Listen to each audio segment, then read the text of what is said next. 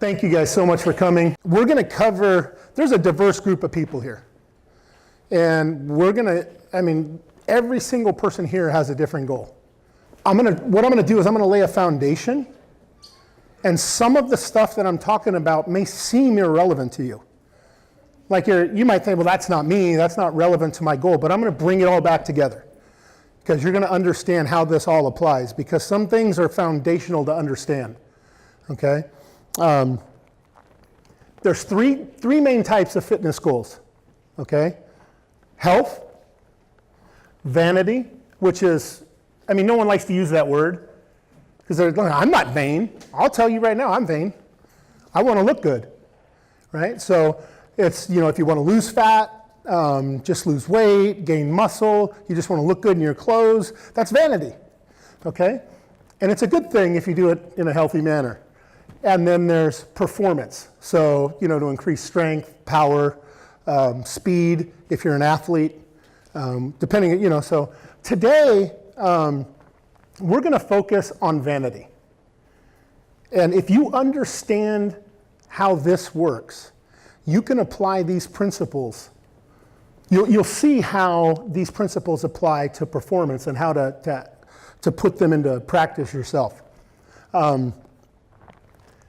There's 4 components of fitness.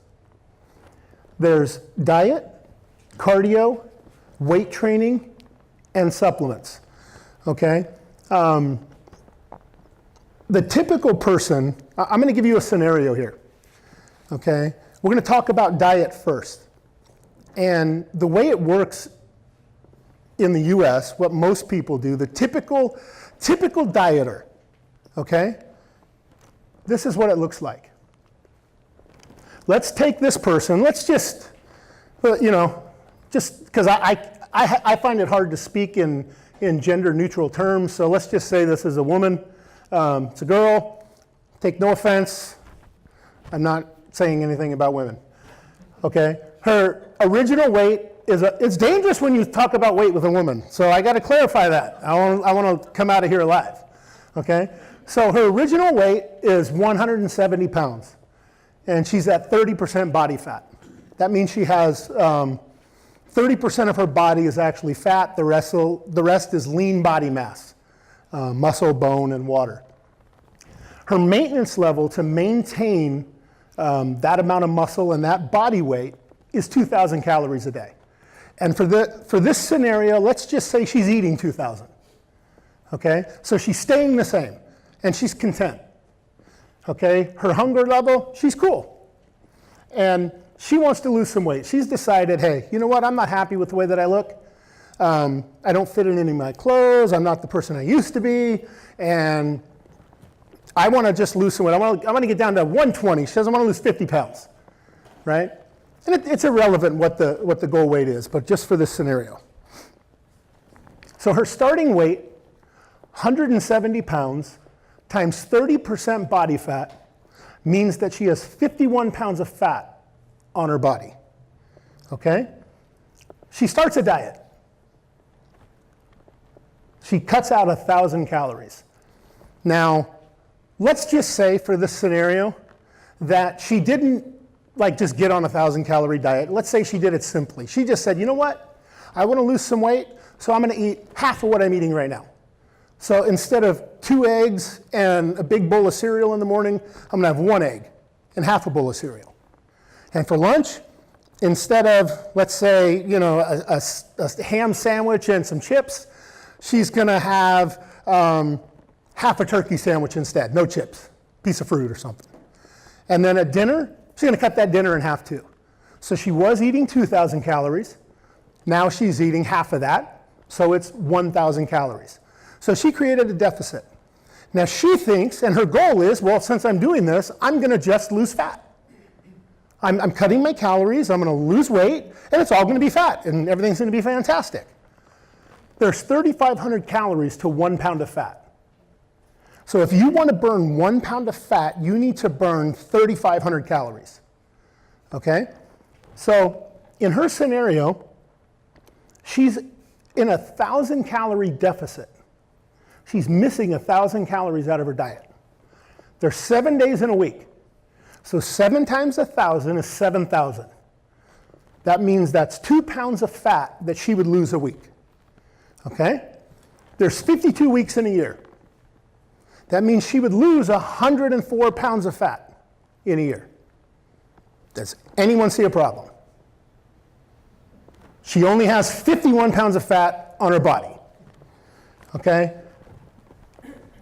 The deficit would burn 104 pounds.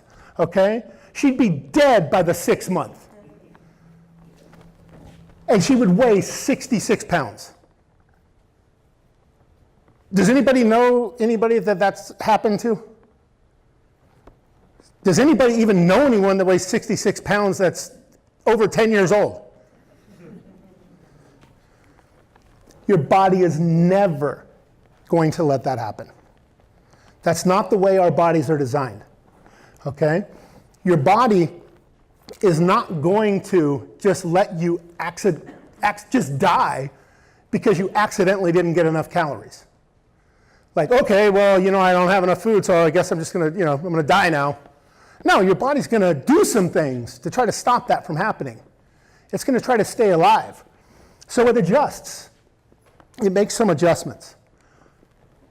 It needs to learn how to survive on the 1,000 calories a day that you're giving it.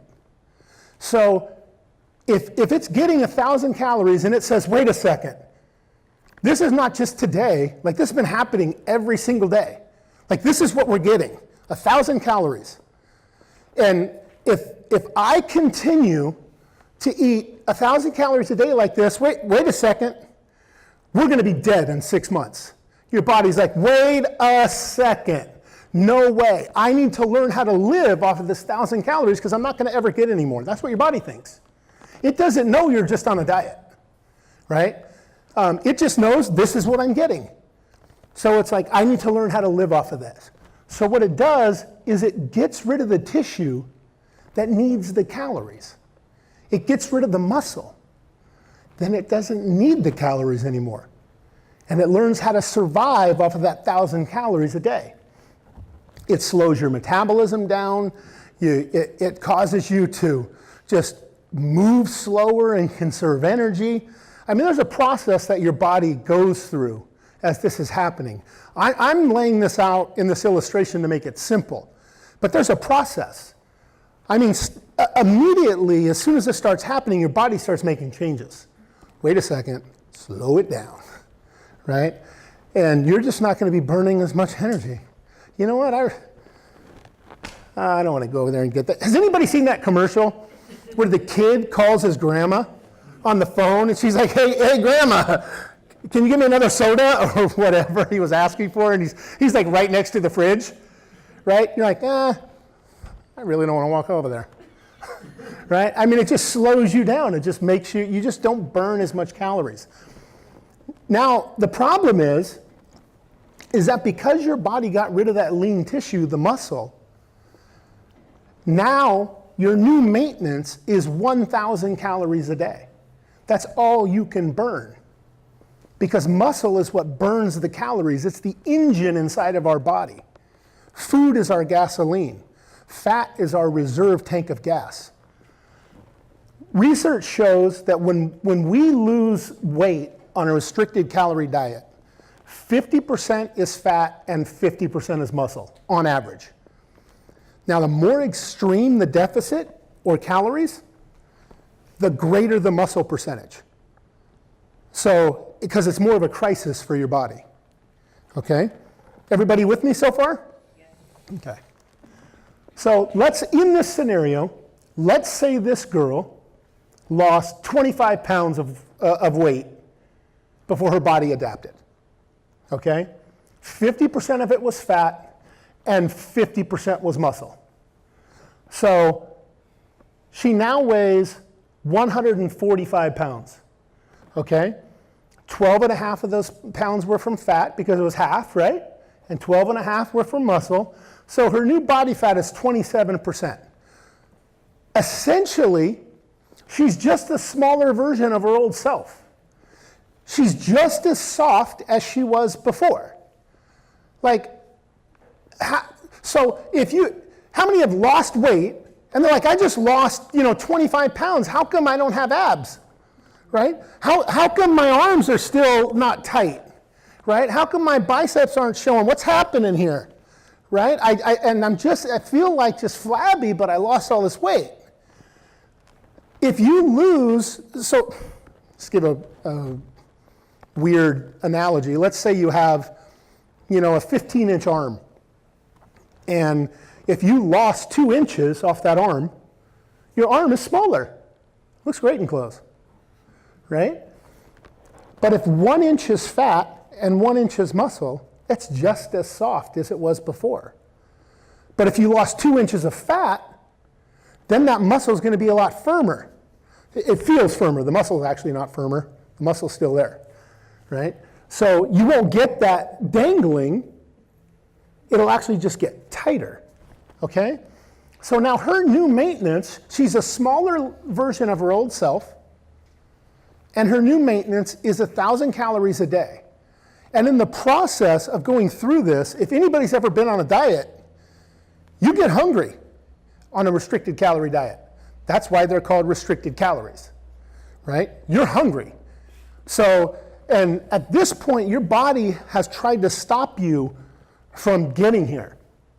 So what it's doing is it's making adjustments. And one of the first adjustments that happens is it makes you hungry. So as soon as it realizes there's a deficit, it tells you, we have a need. We need to fill that need. Eat something.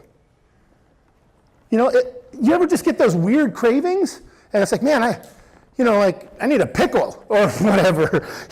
Your body knows exactly what you need. And it will crave, certain types of foods to fill that need. So if you're missing certain nutrients or whatever, you'll be craving weird stuff. You're like, I haven't had an apricot since I was like 7. Why am I craving that right now? Because there's something in there that your body is missing that it needs, right? So now, she's a smaller version of her old self. She weighs less, but her body fat's essentially the same. And she's not happy. She's hungry. She wants to eat more. She thought that this was just going to be a diet to lose some weight. And then she would just eat some maintenance stuff or whatever. But now, she can't eat above this. She can only eat 1,000 calories.